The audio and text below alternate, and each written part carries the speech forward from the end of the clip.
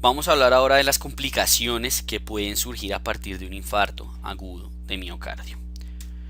Las complicaciones se pueden clasificar de acuerdo a qué es lo que alteran. Entonces tenemos hemodinámicas, tenemos mecánicas, etcétera. Las hemodinámicas se suelen abordar según la clasificación del Killip-Kimball. Entonces un Killip-Kimball clase 1 es un infarto sin nada más. Un Killip-Kimball 2 es un infarto que tiene una insuficiencia cardíaca moderada en el cual hay estertores bivasales, hay S3, hay taquicardia. Un Killip-Kimball clase 3 va a ser aquel que tiene una insuficiencia cardíaca grave, es decir, con edema pulmonar agudo.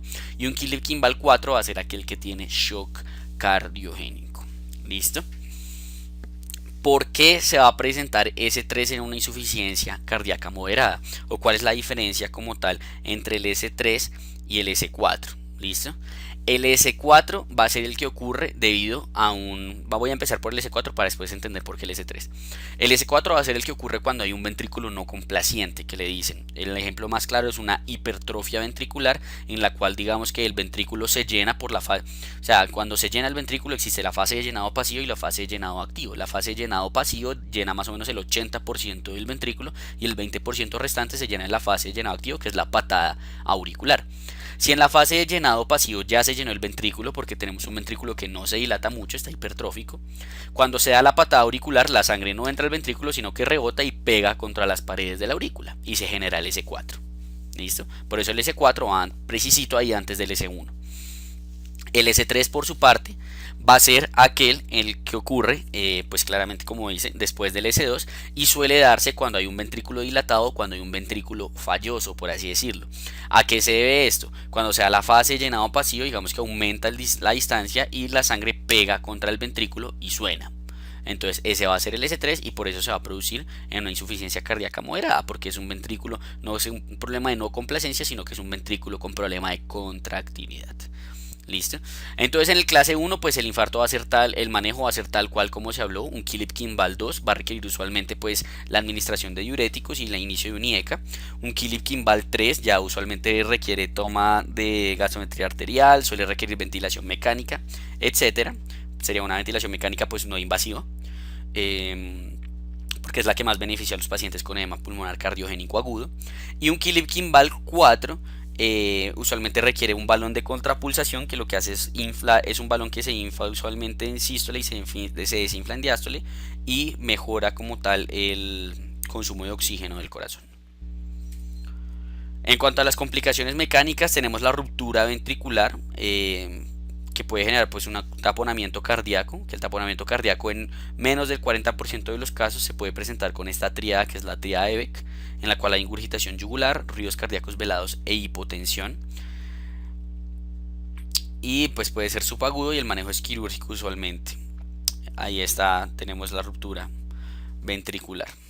Puede haber una ruptura del septum en el cual pues digamos la comunicación ya va a ser de ventrículo izquierdo a ventrículo derecho, no va a generar muchas cosas, de pronto un edema pulmonar agudo y shock si es severo la ruptura, pero si es pequeña pues digamos que no puede generar tanta repercusión hemodinámica y se diagnostica con un soplo.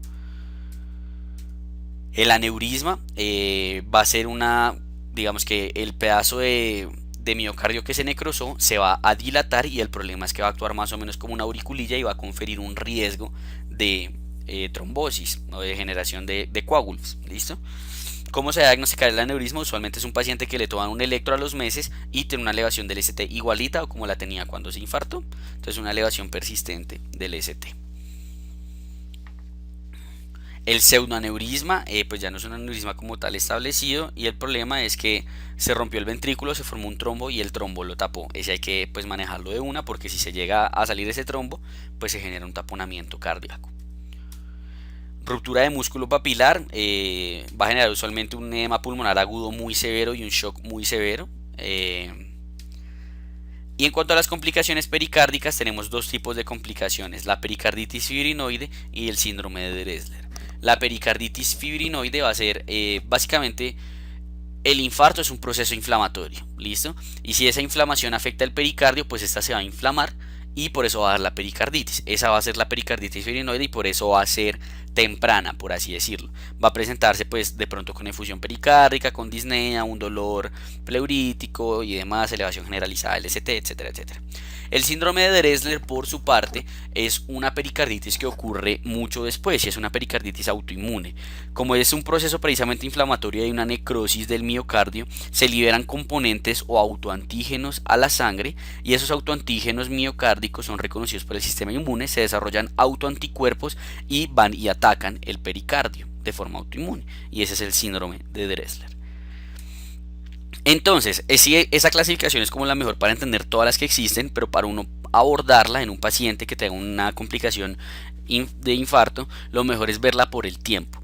Si es en el primer día, lo más probable es que sea una falla cardíaca o una arritmia. Listo. Si es en 2 a 4 días, tenemos la arritmia y la pericarditis fibrinoide en este caso.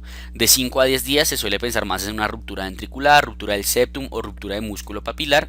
Y de semanas a meses ya sería el aneurisma ventricular y el síndrome de Dressler como tal.